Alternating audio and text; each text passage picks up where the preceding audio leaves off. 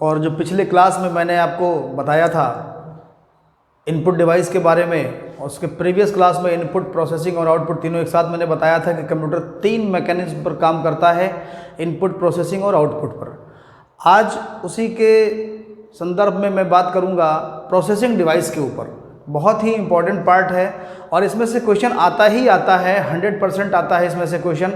जब भी पेपर बनेगा तो इस पार्ट को छोड़ करके उसमें पेपर नहीं बनता।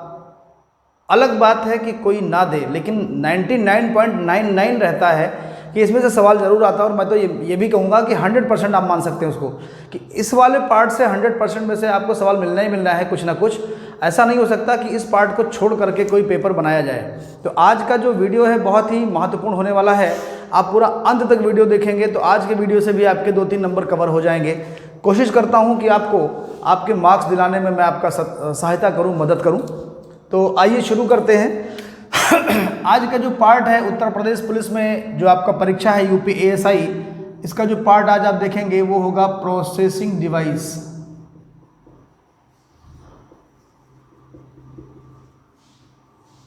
प्रोसेसिंग डिवाइस क्या होता है? प्रोसेसिंग डिवाइस, प्रोसेसिंग डिवाइस जब हम कंप्यूटर को कोई डेटा देते हैं, जब हम उसको काम करने के लिए कोई टास्क देते हैं, तो जिस पार्ट में वो काम होता है उस पार्ट को हम बोलते हैं प्रोसेसिंग डिवाइस।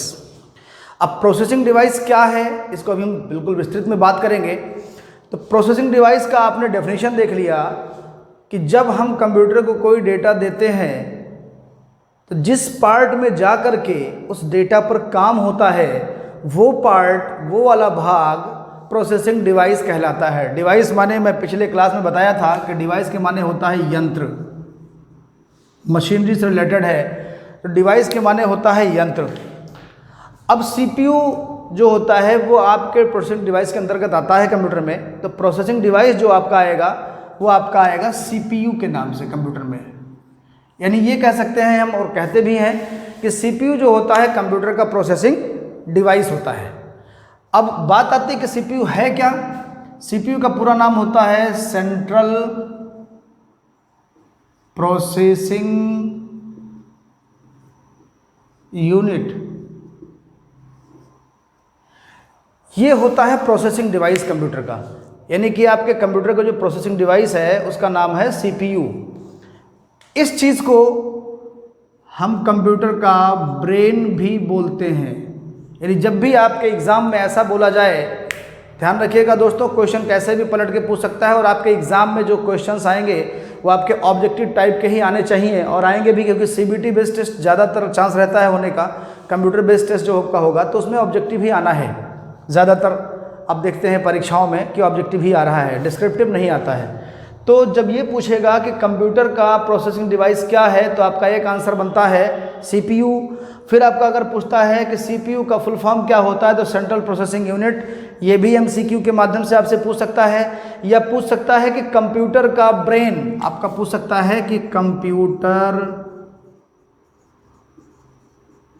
का ब्रेन किसको कहते हैं तो सीपीयू को कहते हैं। या पूछ सकता है कि सीपीयू को कंप्यूटर का ब्रेन कहते हैं, ट्रू फॉल्स में भी हो सकता है आ जाए, किसी भी प्रकार से घुमा के पूछ सकता है। तो 1 नंबर मान लीजिए कि आपका इसी में से आपका लगभग आ जाएगा।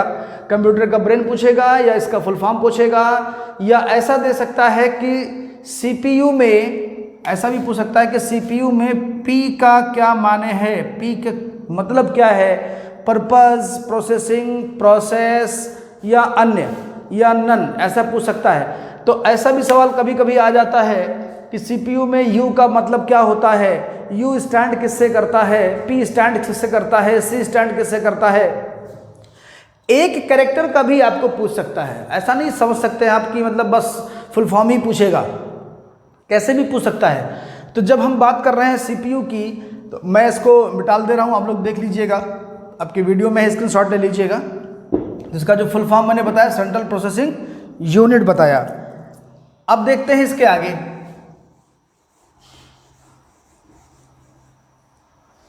सीपीयू क्या है ये मैंने बता दिया। सीपीयू का मेन काम होता है इनपुट लेना और उस पर काम करके यूजर को रिजल्ट देना। CPU का जो काम होता है, मैं ज़्यादा लिखूंगा नहीं ताकि आपको बहुत ज़्यादा देखना ना पड़े। आप मेरे वॉइस से नोट्स बना सकते हैं, आप मेरे आवाज़ से नोट्स बना सकते हैं। तो CPU जो होता है, मैं पिछले में बता चुका हूँ कि इनपुट के बाद प्रोसेसिंग और उसके बाद आउटपुट। तो ये जो होता है, ये इनपुट और आउटपुट के बीच का मीडिएटर होता है। आपका कभी भी इनपुट डायरेक्ट आउटपुट में कन्वर्ट नहीं हो सकता बिना प्रोसेस के।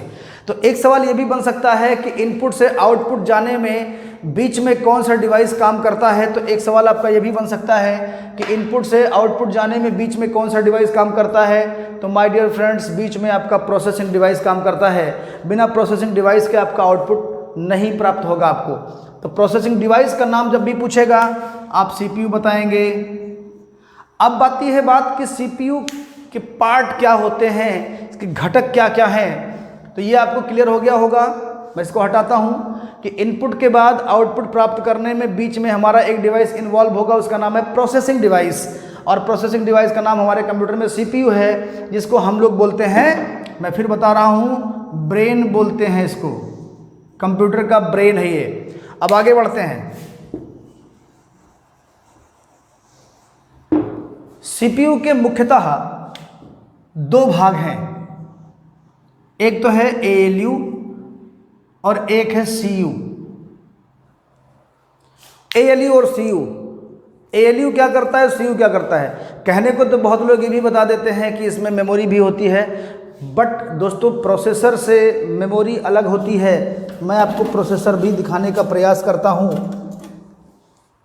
ये है दोस्तों CPU, आप लोग देख रहे होंगे, ये है कंप्यूटर का CPU, आप लोग इसमें देख रहे होंगे, ये इसको CPU बोलते हैं। और ये आपके मदरबोर्ड में, ये मदरबोर्ड है, इसमें यहाँ पर ये ऐसे लगा होता है इस जगह पर, और ये कंप्यूटर का ब्रेन का काम करता है। फिर यहाँ पर ऊपर एक फ़ैन लगा होता है, इस फैन के माध्यम से ये CPU ठंडा होता रहता है और आपका काम चलता रहता है। इसी के संदर्भ में जब आप देखेंगे तो आप यहाँ पे एक रैम भी देखने को आप पाएंगे। इस तरीके से रैम भी लगा होता है, ये रैम लगा होता है। और ये रैम जो होता है आपके हार्ड डिस्क से कनेक्ट होता है। ये देखते हैं आपका, इसका जो रिलेशन रैम का रहता है, हार्ड डिस्क से रैम का रहता है और रैम से प्रोसेसर का रहता है। तो हार्ड डिस्क का कोई भी डाटा जब भी प्रोसेसर में प्रोसेस होता है तो रैम उसको लेकर के प्रोसेसर को देता है, और प्रोसेस का कोई भी डाटा हार्ड डिस्क में स्टोर होता है तो रैम उसको प्रोसेसर से लेकर रैम हार्ड डिस्क को देता है। तो इस तरीके से ये प्रोसेसर आपने देख लिया होगा, ये प्रोसेसर है और ये आपका रैम है। ये मैं आगे आपको बात करूंगा, जब मेमोरी पढ़ाऊंगा तब रैम के बारे में आपसे बात करूंगा। और ये आपका मदरबोर्ड है, इस पर प्रोसेसर लगा होता है। तो इस तरीके से आपका ये काम चलता रहता है। तो CPU जो मैंने अभी आपको दिखाया, CPU के दो पार्ट हैं, ALU और CU। ALU का पूरा नाम अगर आप देखेंगे तो इसका पूरा नाम होता है ARITH, अर्थमेटिक लॉजिक यूनिट। ये इसका पूरा नाम होता है ALU, और CU का होता है कंट्रोल यूनिट, ये इसका पूरा नाम होता है। तो जब CPU का आप देखेंगे दो भाग है ये, इसके भाग में आप देखेंगे अभी घटक जब इसके देखेंगे कि इसके अंदर और भी क्या चीज़ें हैं जो इसको काम करने में मदद प्रोवाइड करती हैं। तो CPU के अंदर दो चीज़ें और भी होती हैं, आपको रजिस्टर देखने को मिलेगा और कैश मेमोरी।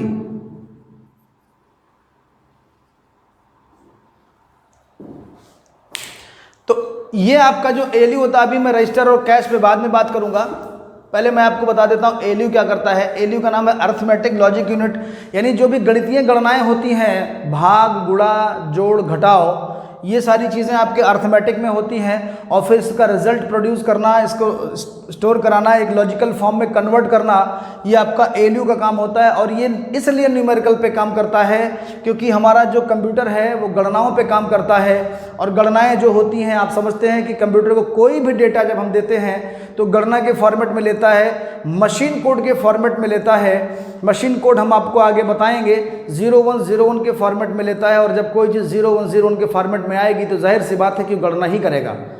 0101 फॉर्मेट जो होता है आपके मशीन कोड का फॉर्मेट होता है। तो ALU जो करता है आपका मैथमेटिकल कैलकुलेशन करता है। जब भी आपसे सवाल पूछा जाएगा कि ALU का कार्य क्या है तो दोस्तों आप बता दीजिएगा कि ALU जो हमारा होता है ये कैलकुलेशन का काम करता है। ALU जोड़ घटाव गुणा भाग का काम करता है और उस डेटा को लॉजिकल फॉर्म में कन्वर्ट कर देता है जिससे हम उसको समझ सकें बात हमारे समझ में आ सके कि हमने जो दिया था उसने उसको कैसे कन्वर्ट किया, कैसे काम किया। तो ALU जब भी काम करेगा वो आपके अर्थमेटिक लॉजिक यूनिट पे काम करता है, यानी कि मैथमेटिकल काम करता है। और कंट्रोल यूनिट क्या करता है, कंट्रोल यूनिट जो आपका होता है वो आपके पूरे कंप्यूटर के कंट्रोलिंग का काम करता है। इवन यहाँ तक भी काम करता है कि आप जो डेटा इनपुट देते हैं उस डेटा को वो इस तरीके से स्टोर करता है, कंट्रोल करता है कि किस डेटा को कहाँ पर भेजना है, स्टोर कराना है या प्रिंट कराना है, आपके कमांड के हिसाब से उसकी कंट्रोलिंग करता है वो।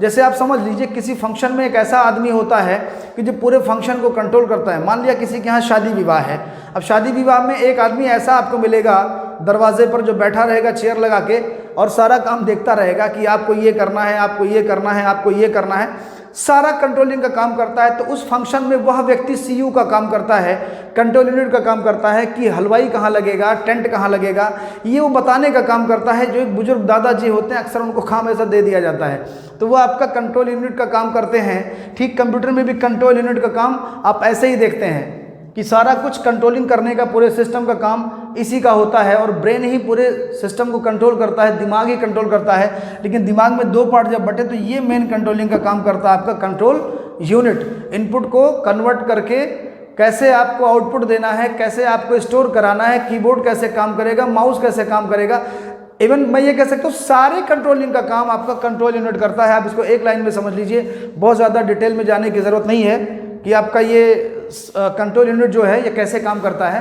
तो कंट्रोल यूनिट आपका कंट्रोलिंग का काम करता है। अब आते हैं हम आगे, ये आप समझ चुके होंगे। तो ALU जो हमारा होता है ये बहुत तेज़ी से काम करता है रजिस्टर के माध्यम से। अगर हम रजिस्टर की बात करें तो रजिस्टर भी एक मेमोरी का पार्ट है।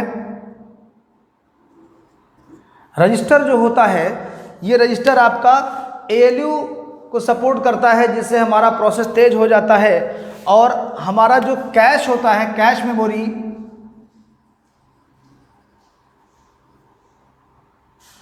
कैश मेमोरी जो होता है इसको कैचे लिखते हैं बट पढ़ते हैं कैश मेमोरी। कैश मेमोरी जो होता है ये ऐसा काम करता है कि जिन कमांड्स को हम बार बार यूज करते हैं, ज़्यादा यूज करते हैं, CPU इसको अपने में रख लेता है। ऐसे ही मोर यूजिंग कमांड्स, कैश क्या करता है, मोर यूजिंग कमांड्स, जो ज्यादा कमांड यूज करते हैं आप बार बार बार बार बार बार, वो कैश मेमोरी अपने पास रख लेता है। और जब भी आप दोबारा उस फंक्शन को यूज करते हैं या उस आप कमांड को यूज करते हैं तो ये कंप्यूटर क्या करता है कि सीधे कैश से उठा लेता है।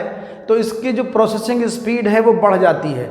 अगर कैश मेमोरी में वो चीज़ स्टोर नहीं किया जाएगा, जैसे आपने कोई कमांड एक बार काम किया तो वो कैश में नहीं स्टोर होगा। जब आप किसी कमांड को बार बार यूज़ करते हैं तो कैश उसको ये मान के रख लेता है कि अभी आप उसको फिर कॉल करेंगे, फिर आप बुलाएंगे, तो कैश अपने पास रख लेता है। और जब CPU उसका डिमांड करता है तो ये कैश अलग से ना ला करके सीधे अपने पास रखे रहता है, उठा करके दे देता है। तो दे देता है तो इससे क्या होता है कि तुरंत उसको कमांड एग्जीक्यूट करने का टाइम मिल गया, तुरंत कमांड को एग्जीक्यूट कर दिया कैश मेमोरी के माध्यम से, तो आपकी स्पीड बढ़ गई। तो कैश मेमोरी जो करता है, जो ज़्यादा यूजिंग कमांड्स हैं उसको वो अपने पास स्टोर कर लेता है, जिनको आप बार बार यूज़ करते हैं, और उठा के CPU को देता रहता है जब भी आप उसको कॉल करते हैं, जब भी आप उस कमांड की डिमांड करते हैं। तो इससे इसकी स्पीड बढ़ जाती है। अगर कैश मेमोरी नहीं होगा तो स्पीड आपकी बहुत अच्छी नहीं होगी, सिस्टम में प्रॉब्लम आएगी। इसलिए कैश मेमोरी को इसमें लगाया जाता है CPU के माध्यम से, कि जिसमें हम कोई कमांड बार बार यूज़ करते हैं तो कैश में हमारा स्टोर हो जाए। तो सवाल आपका आ सकता है कि कैश मेमोरी कैसी मेमोरी है। तो कैश मेमोरी एक ऐसी जो कमांड बार बार यूज़ होता है उसको स्टोर करने के लिए कैश मेमोरी होता है, कि अपने पास स्टोर कर लेता है। रजिस्टर जो होता है ALU को सपोर्ट करता है, ALU के कैलकुलेशन में सपोर्ट करता है। बहुत ही फास्ट मेमोरी के रूप में आपका रजिस्टर का काउंटिंग होता है। फास्ट मेमोरी के रूप में आप रजिस्टर को देख सकते हैं। तो रजिस्टर एक ऐसा काम करता है कि ALU को सपोर्ट करता है और काम को और तेज़ी से करवाता है, कैलकुलेशन को और तेज़ी से करवाता है। ALU के सपोर्ट में इसको यूज़ किया जाता है। ये CPU के अंदर रहता है, CPU का एक घटक है। बट जब भी आप पार्ट की बात करेंगे कि CPU के कितने पार्ट हैं, तो पार्ट इसके दो ही हैं। जैसे अभी हमारा, अब समझिए ऐसे, हमारे बॉडी के पार्ट जितने होंगे उतने होंगे, लेकिन जो हमारी जो सांसें चल रही हैं ना, हमारे ये ज़िंदगी का घटक है, लेकिन इसको पार्ट नहीं मान सकते हम। बात समझ रहे हैं दोस्तों, ये हमारे पार्ट में नहीं आता। हमारे आँख की रोशनी, विज़न हमारे लिए काम करती है, लेकिन हम इसको बॉडी का पार्ट नहीं मान सकते, क्योंकि हमारे बॉडी का पार्ट में आँख आता है, आँख की रोशनी नहीं आती है। आँख की रोशनी हमारे ज़िंदगी का घटक है, हमारे ज़िंदगी का एलिमेंट है, लेकिन वो हमारे बॉडी का पार्ट नहीं है। ठीक इसी प्रकार हम CPU को ALU और CU दो ही तरीके से देखेंगे पार्ट के रूप में। हम रजिस्टर को इसका पार्ट नहीं मानेंगे, बट कुछ लोग बताते हैं, बट मेरे नॉलेज में अभी तक, मेरे स्टडी में अभी तक नहीं आया है कि रजिस्टर को हम CPU का पार्ट बता सकें। दो ही पार्ट होते हैं, ALU और CU, दो भाग होते हैं इसके, तीन नहीं होते हैं। बट रजिस्टर घटक है इसका, कैश मेमोरी घटक है। जैसे मैंने बताया कि हमारे सांसें, हमारे जो ब्रीदिंग सिस्टम है, ये हमारे ज़िंदगी का घटक है, लेकिन हमारे बॉडी का पार्ट नहीं है। हमारे आँख का रोशनी, मैंने बोला कि हमारे ज़िंदगी का ये घटक है, ये एलिमेंट है, लेकिन पार्ट नहीं है। हमारा आवाज़ हमारे ज़िंदगी का घटक है, लेकिन हमारे बॉडी का पार्ट नहीं है। इस तरीके से दोस्तों हम एक पार्ट में दो ही चीज़ देखेंगे, ALU और CU। तो हमारे सिस्टम में CPU में दो ही पार्ट होते हैं, ALU और CU। इनको हम इस CPU का घटक बोल सकते हैं, एलिमेंट बोल सकते हैं, कि इसके लिए ये नेसेसरी है काम करने के लिए, लेकिन पार्ट नहीं है। तो इस तरीके से हम आगे बढ़ते हैं। अब हम बात करते हैं प्रोसेसर की जो कंपनियां हैं। पहले प्रोसेसर के मॉडल के बारे में बात कर लेंगे। दोस्तों इसको आप लोग स्क्रीनशॉट ले लीजिएगा, क्योंकि मैं मिटालता रहता हूँ।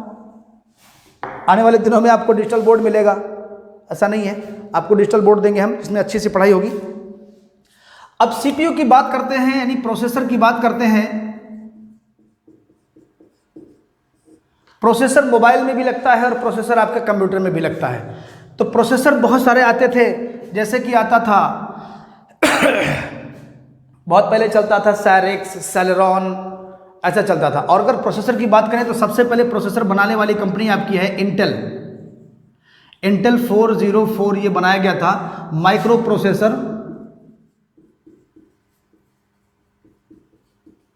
1971 में, 1971 में बनाया गया था। पहला प्रोसेसर जो बनाया गया था वो आपका था इंटेल कंपनी के द्वारा, और आज भी इंटेल का ही प्रोसेसर आता है। और इसको बनाने के लिए 3 वैज्ञानिकों ने इसमें योगदान दिया था। वो थे फेडरिको फैगिन, एक वैज्ञानिक, दूसरे थे टेड हॉफ, और तीसरे आपके थे स्टैन माजो। यानी कि फेडरिको फैगिन, टेड हॉफ और तीसरे थे स्टैन माजो।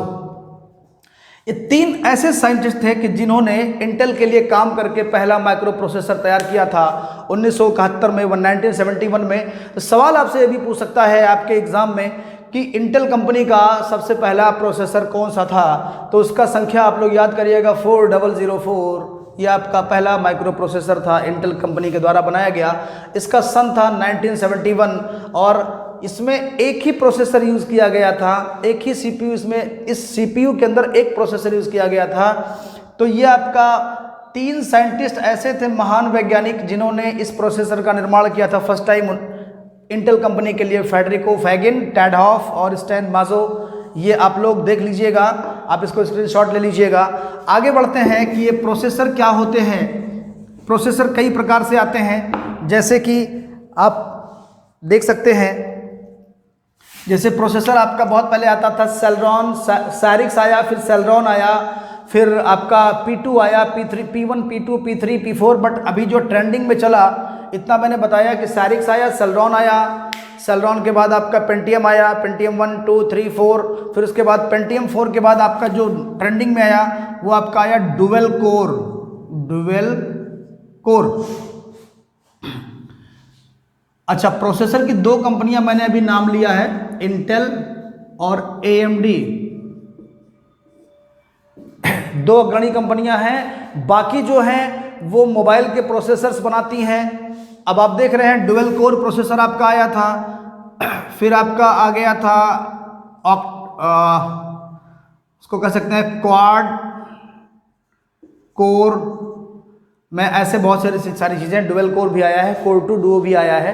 बट जो बेसिक क्वेश्चन आता है वो कहाँ से आता है, क्वाड कोर और हेक्सा कोर, ऑक्टा कोर। मतलब ये हो गया कि डुअल कोर में क्या हो गया कि प्रोसेसर CPU एक ही है, लेकिन इसमें आपके 2 प्रोसेसर लगाए गए। प्रोसेसर जो लगी संख्या हो गई इसकी, प्रोसेसर एक ही बैठाए जाते हैं। जैसे मैंने अभी बात किया था, प्रोसेसर आपको दिखाया गया था। जैसे ये प्रोसेसर है, ये भी इस प्रोसेसर पे अगर आपको नहीं दिखेगा दोस्तों, लेकिन इस पे लिखा हुआ है डुअल कोर लिखा हुआ है इस पे। तो डुअल कोर के माने हो गया ये वाला प्रोसेसर। तो इस प्रोसेसर का मतलब हो गया कि ये बॉडी तो इसकी एक ही है, इसकी बॉडी एक ही है, बट इसके अंदर 2 माइक्रो प्रोसेसर लगाए गए हैं, 2 अंदर लगाए गए हैं, जिसको डुअल कोर बोला गया। क्वाड कोर में आपका ये एक CPU में 4 प्रोसेसर लगाए जाते हैं, 4 कोने होते हैं, 4 कोर होता है, 4 प्रोसेसर होते हैं। ऐसे हेक्सा के माने 6 होता है, इसमें आपके 6 लगेंगे, तो इसलिए इसको आपको नाम दिया गया हेक्सा कोर। और ऑक्टा में आपके 8 लगेंगे, 8 प्रोसेसर काम करेंगे इस पे। CPU एक ही होता है, लेकिन इसके अंदर जो बनाए जाते हैं वो आपके 8 तरीके के चिप लगेंगे इसमें काम करने के लिए, प्रोसेसिंग के लिए। तो डुअल कोर में 2 चिप लगेंगे काम करने के लिए, डबल प्रोसेसर लगेगा। आपके क्वाड कोर में 4 प्रोसेसर लगेंगे। CPU सब में एक ही होता है, एक ही बॉडी होती है, बस उसके अंदर सेटिंग ऐसी की जाती है, बनाए ऐसे जाते हैं कि वो आपके बैठा दिए जाएं और चारों काम करने लगे। एक ही बॉडी में चारों को फिक्स कर दिया जाएगा। हेक्सा कोर में आपका ये हो जाता है 6 हो जाएंगे, 1 2 3 4 5 6। और ऑक्टा कोर में आपके 1 2 3 4 5 6 7 8 हो जाएंगे। अभी फिलहाल इसमें 1 2 3 4 5 6 7 और 8 हो गए। हाँ, 8 चिप लगेंगे। और 6 वाले में हेक्सा में 6 और क्वाड में 4 और डुअल कोर में 2। इस तरीके से प्रोसेसर जो इसमें आते हैं वो आपका डुअल कोर मैंने बता ही दिया। तो अभी डुअल कोर के बाद आपका i3 भी आता है इसी में। अब i3 आप देखेंगे तो i3 में आपका ये हो जाता है, i5 में आपका ये हो जाता है, और लगभग i7 में आपका ऑक्टा कोर आता है। और ये जनरेशन के ऊपर भी निर्भर करता है कि ये किस जनरेशन के हैं। 7 जनरेशन के ऊपर जो आ रहे हैं, 7th के ऊपर 7 जनरेशन के ऊपर जो आ रहे हैं वो आपके लगभग हेक्सा कोर में और ऑक्टा कोर में जा रहे हैं। तो इस तरीके से आप कोर का मतलब समझ गए होंगे कि डुअल कोर मतलब डबल है, तो डबल प्रोसेसर लगेगा इस CPU में। क्वाड कोर के माने होंगे कितने चिप इसमें काम करेंगे, इसमें 4 चिप काम करेंगे। और आपका हेक्सा कोर है, इसमें आपके 6 चिप काम करेंगे। ऑक्टा कोर इसमें आपके 8 चिप काम करेंगे। तो दोस्तों अभी कुछ देर पहले आपने प्रोसेसिंग डिवाइस देख लिया। प्रोसेसिंग डिवाइस यूँ तो बहुत बड़ा चैप्टर है, अगर पढ़ाने में लगेंगे तो टाइम लगेगा, बट आपके एग्जाम के पॉइंट ऑफ व्यू से मैं आपको बता रहा हूँ। जितना मैंने आज बताया है इसमें आप देख लीजिएगा। मैं एक बार फिर से 2 मिनट में रिवीजन कर देता हूँ। CPU कंप्यूटर का ब्रेन है। CPU को सेंट्रल प्रोसेसिंग यूनिट कहते हैं। और सेंट्रल प्रोसेसिंग यूनिट का काम होता है इनपुट लेने के बाद आउटपुट देने के बीच में काम करना, कि इनपुट लेकर के प्रोसेस करके आउटपुट दे देना, उसको बोलते हैं हम लोग सेंट्रल प्रोसेसिंग यूनिट। और सेंट्रल प्रोसेसिंग यूनिट को कंप्यूटर में CPU बोला जाता है। CPU के 2 पार्ट होते हैं, ALU और CU होता है। और इसका काम करने में जो सहायक चीज़ें होती हैं वो कैश मेमोरी और रजिस्टर होती हैं। कैश मेमोरी को मैंने बताया कि CPU जिस कमांड की बार बार ज़रूरत समझता है, जिस कमांड को बार बार यूज़ करता है, जिस कमांड को आप बार बार उसको देते हैं, वो कैश मेमोरी में उसको रख लेता है। और रजिस्टर जो होता है वो ALU को काम करने में मदद करता है, स्पीड बढ़ाने में काम करता है, कैलकुलेशन में काम करने में मदद करता है। और ALU का पूरा नाम मैंने बताया था अर्थमेटिक लॉजिक यूनिट, और CU का मैंने बताया था कंट्रोल यूनिट। इस तरीके से आपका वो पूरा हुआ था। उसके बाद CPU की मैंने बात की। CPU 2 कंपनियां बनाती हैं, एक इंटेल कंपनी और AMD कंपनी, लेकिन ज़्यादा जो आपकी मार्केट में डिमांड है वो इंटेल की है। इंटेल मोस्ट डिमांडेबल प्रोसेसर है। सारे लोग ज़्यादातर इंटेल को प्रेफर करते हैं, AMD को कम लोग प्रेफर करते हैं, बट AMD भी मार्केट में चलता है। और इसमें प्रोसेसर की जो कैटेगराइजेशन की गई है वो dual core, quad core, hexa core और ऑक्टा कोर में किया गया है। मैंने ये भी बता दिया कि डुअल कोर में CPU तो एक ही होता है, मैंने अभी आपको दिखाया भी था, लेकिन इसमें 2 चिप लगेंगे, 2 माइक्रो प्रोसेसर लगेंगे। क्वाड में आपके 4 प्रोसेसर लगेंगे, और आपके हेक्सा में 6 प्रोसेसर लगेंगे, और ऑक्टा कोर में 8 प्रोसेसर लगेंगे। दोस्तों अगर कुछ आपको और भी प्रोसेसर के बारे में जानना है, कुछ आपको और जानकारी लेनी है, यूँ तो बहुत लंबा चैप्टर है, लेकिन अगर आपको कोई और जानकारी चाहिए तो प्लीज़ कमेंट बॉक्स में कमेंट कर दीजिएगा, जिससे मैं प्रोसेसर को आपको और अच्छे से बता सकूँ। मैं अपने लेक्चर को यहीं पे फिनिश करता हूँ। आगे मिलते हैं दूसरे लेक्चर में। कीप इट वॉचिंग, देखते रहिएगा और प्यार अपना देते रहिएगा। Thank you, good bye.